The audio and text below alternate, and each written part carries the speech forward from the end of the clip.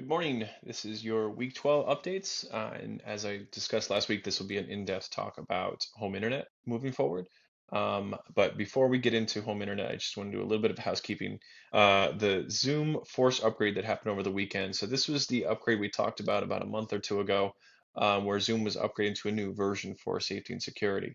At the time, we pushed out, or we actually don't even push out, we automatically push out all upgrades to our Chromebooks. For some reason, a small percentage of Chromebooks, we anticipate maybe 5 or 10% of Chromebooks didn't receive this upgrade to 5.0 a few weeks ago. And so when the Force upgrade went in place over the weekend, students were not able to log into Zoom on Monday morning. At this point, we don't know why the certain Chromebooks didn't get that upgrade. We haven't heard anything back from Zoom or from Google. What we anticipate being the issue is that some students had filled up their hard drive with either downloads or other apps or extensions. And so we think that maybe that was the reason why some students couldn't get a new version downloaded. Their hard drive was full. The only reason we think this is because when we do a factory reset or wipe that Chromebook, or when the student does it, then the update comes in just fine. So it's very bizarre that this happened. We don't know why, we don't know how. And we also know that it didn't happen to everybody, and it wasn't limited to old or new Chromebooks. It seemed random. So this was a very, very disruptive to everybody. We apologize for that happening. But like I said, the upgrades should be coming down to Chromebooks automatically. And if there's anything that we can do to resolve this one centrally, we absolutely will do that, and we'll let you know if anything changes. Um, Following up from last week, some schools had asked about packing up their Chromebooks now. You don't have to do this right now. In fact, I would encourage you to wait until we know more about the timeline of the new devices coming in. You've got a lot of stuff on your plate right now, and we don't want to add anything more. As the seniors are returning their Chromebooks to their schools in June, some schools may just want to just drop those Chromebooks right into a bin or a box, instead of putting them back into carts and reorganizing the carts and stuff for September. So it's just easier if you're collecting old Chromebooks from students, just leave those in bins or boxes. And then we'll talk about in the fall as we start to return the next steps for swapping out the old for the new. Speaking of swapping out the old, if you have newer devices that are relatively new, or you just bought them this year, they're in good shape, you've got all your carts wired up and ready to go, all the carts are labeled, you don't have to swap those out. This is the intent of swapping out all the old devices, just to get rid of all the old stuff that's just not working anymore, and make sure you get some new stuff in your buildings. But if you've got some Chromebooks that are in good shape and you don't want to get rid of them, then hold on to them. We'll leave that up to you. And then summer school rosters should be coming out very, very soon, at which point we'll be able to talk about the next steps for distributing Chromebooks to summer school students who don't already have one. And so that's it. That's just some quick housekeeping, but on with the main event, and that is, what are we doing about home internet? And so as we did with Chromebooks, we want to talk about what is our 3-week plan, what's our plan for wrapping up the school year, how do we get ready for reopening, and then what are we doing long term to make sure that our families have access to broadband internet. Um, when we talk about broadband and internet options, the difference between a lot of the other stuff that we're doing in terms of Chromebook distributions and digital assets and tools and systems, the difference though is with broadband, it requires something being in the family's home, and that also requires the family to be involved in the process. And so there's two things that we have to do. The first is we have to think about flexibility. We can't have a one size fits all. We need to have options for families. So if this option doesn't work, then we've got this option for you as well. The other piece, though, is around the financial sustainability, because broadband is very, very expensive. Home internet is very, very expensive. Um, and we cannot expect the cable companies to give their services out for free. These are very, very expensive services, and so we do need to think about the financial sustainability. With that being said, some of the current things that we've done this year for to help students out with during the COVID closure may not be the long-term solution because it's just not the most affordable option. But as you'll start to see in the next couple of slides, I think we've got a pretty good plan for where we're going, that is both flexible and sustainable for families, but also sustainable for the district. So How many families need internet assistance? This is the question that I've gotten probably the most over the last few months. And it's a question I really don't like to answer because it's a very changing answer. It's a very changing question.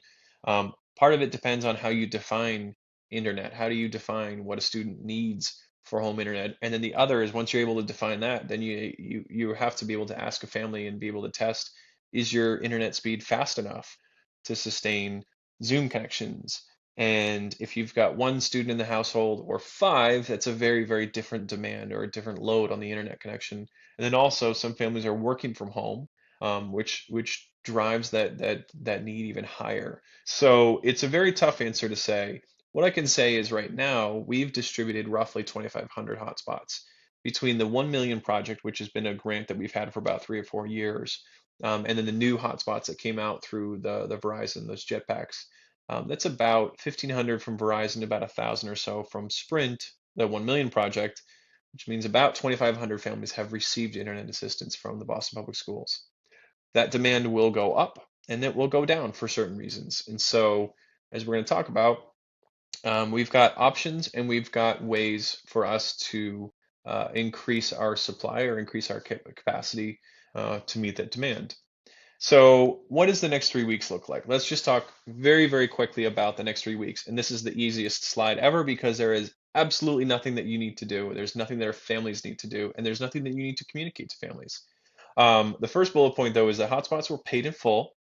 They were not discounted. They were not donated. They were paid in full.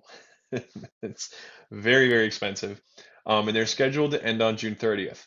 But we bought too many of the hotspots, so we've returned a number of those hotspots back to the supplier, and we're going to use that to get a credit and extend the current life until September. So there's nothing you need to communicate to families. There's nothing we need to do about collecting hotspots, except for the students that are leaving the district or seniors. And that service will be extended until December. Once we get to September, though, that's where we talk about the next 3 months. So what are we going to do with life after these jetpacks? What are we going to do in order to reopen school? Should students still be working from home or still need internet access for homework? Well, so here's what we're going to do. The 1 million project, this is the grant that I just mentioned, and probably most of you are not familiar with what this actually is. This is a grant that provides any high school student in need of home internet with a hotspot or a phone. This program has been going on for about 3 or 4 years, and most of our high schools, if not all of our high schools, have been giving out hotspots to their students. But not many students have wanted a hotspot because, who wants a phone that is just a hotspot that's given by their school? They've already got a phone or they may not need it. Well, suddenly on March 16th, everybody wanted that hotspot. So we ran out of that inventory very, very quickly. But along the way, we were both working to get more inventory and working on expansion of this program. So moving forward, starting in the 2020-2021 school year, basically July 1, the 1 million project will be open to all families in all grade levels. This means that any family that needs a hotspot will have a hotspot through the 1 million project. Now, going back to sustainability, this means we're going to switch from the Verizon jetpacks over to the 1 million project hotspots. This is a no-cost program for the Boston Public Schools. So we are able to get an additional 2,000 hotspots. They'll be arriving in hopefully June or July. We'll get those ready to go in August. And so when the Verizon jetpacks end, the 1 million project will kick in. And the great thing about this expansion is not only does it apply to all grades K to 12, but it applies to the student as long as they're a student in the Boston Public Schools. So this does not have an end date and it does not have any restrictions. So big, big news. All students are now eligible for the 1 million project. But if you've heard anything that I've said over the last few months, you've heard me say that hotspots are not the answer. It's about home broadband.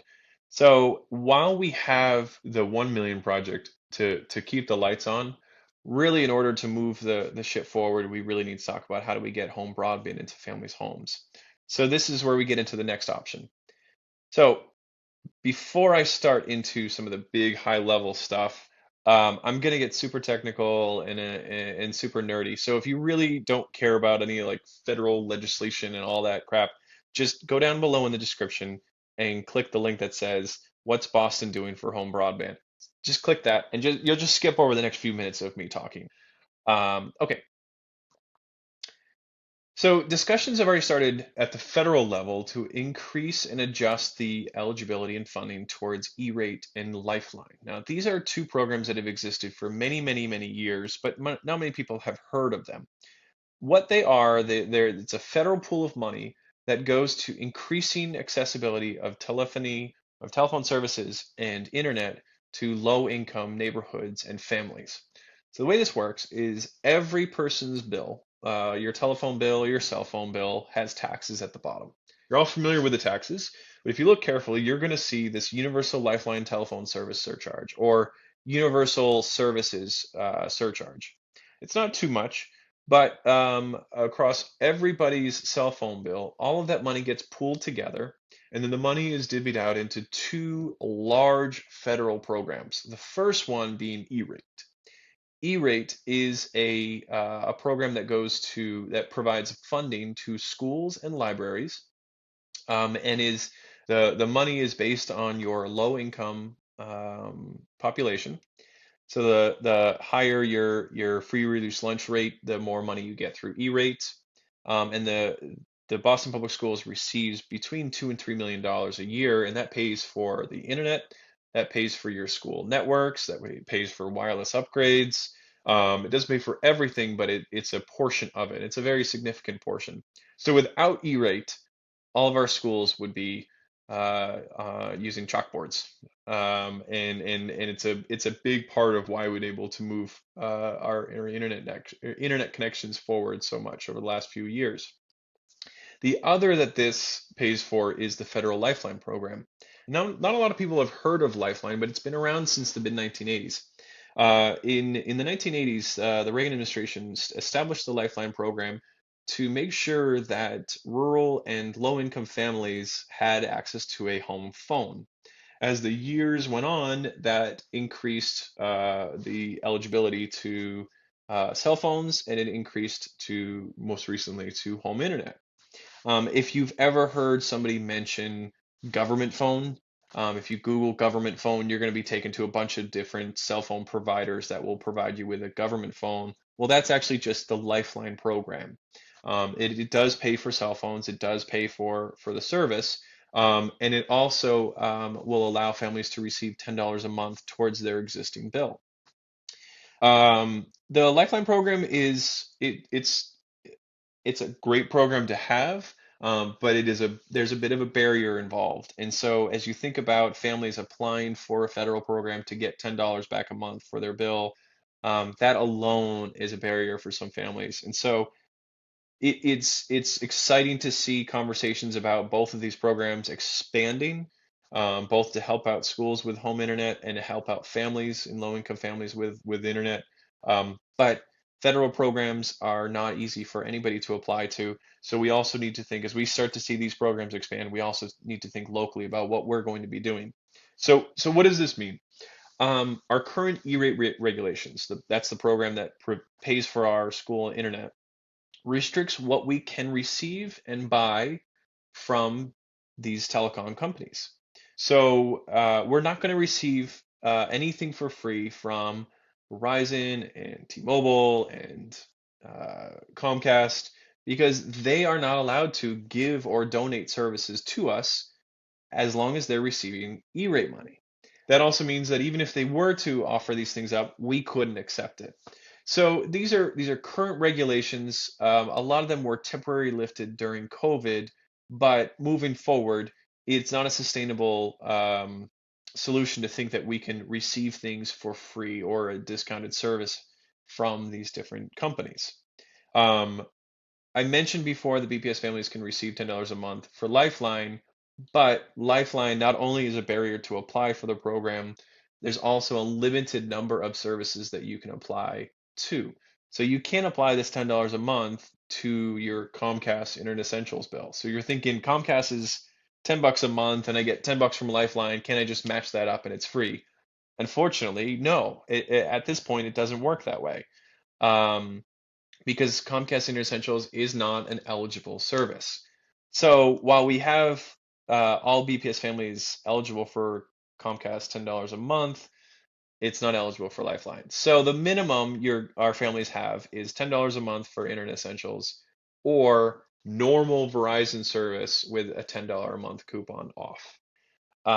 Not sustainable. So here's what we're going to be doing here in Boston.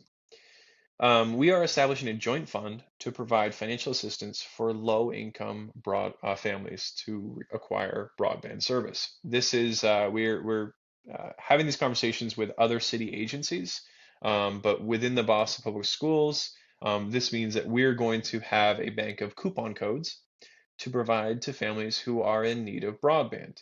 This coupon code is we'll provide that, or you'll provide that to a family who says that they want to get Comcast, but they just can't afford it. You'll give them that coupon code. When they call the cable company, they'll provide them with that coupon code instead of their billing information, and the family will not be billed, and that bill will instead go to us. And so we'll be able to pay for a family's Internet Essentials bill. The program that we're looking at, it's not all families. It's going to be families that need financial assistance or they cannot afford their current Comcast bill, but they are still living in a place where they can receive broadband access. Now, coupling this where we're going with broadband with the 1 million project, that means that we'll have two options for families.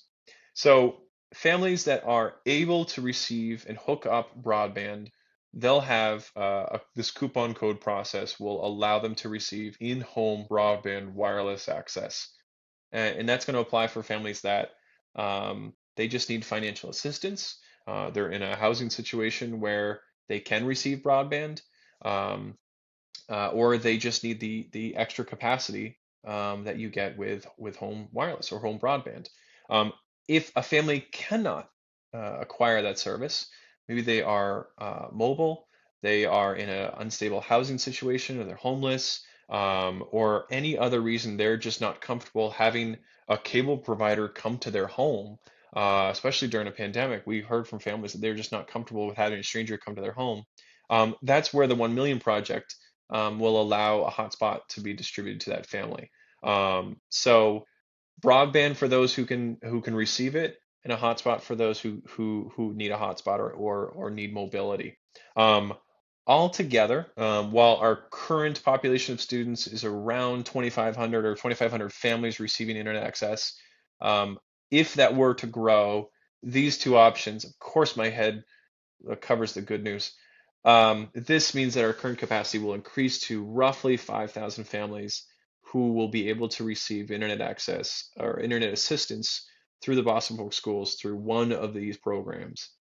Um, we anticipate that these options, while the 1 million project will be open to us in July, the broadband program hopefully will be in place in July and August and ready to kick off the start of school in September. So I'm really excited about this. We've said from the very beginning we've got to get our home internet access into a sustainable and stable position. And hopefully, with these two programs, this will allow all of our families to access online learning, whether that is fully online virtual learning or they just need assistance with completing homework. So that's it for where we're going with home internet. Hopefully, this works for all of our families. And if this doesn't work for all families, then we're just going to have to find more options to make sure that all of our families can stay connected. So that's it. Next week, we are going to go deeper into data and analytics. This is a very timely conversation because certain news outlets like to have this conversation on their own. This will give us a chance to talk about where we're going so that everything we've talked about so far with Chromebooks and home internet access, we're going to bring that all together. And so you can see exactly how that looks and how you'll be able to make sure that you're staying on top of um, all of your students in a new way of learning and a new way of holding school. So until then, we'll see you next week. Thanks.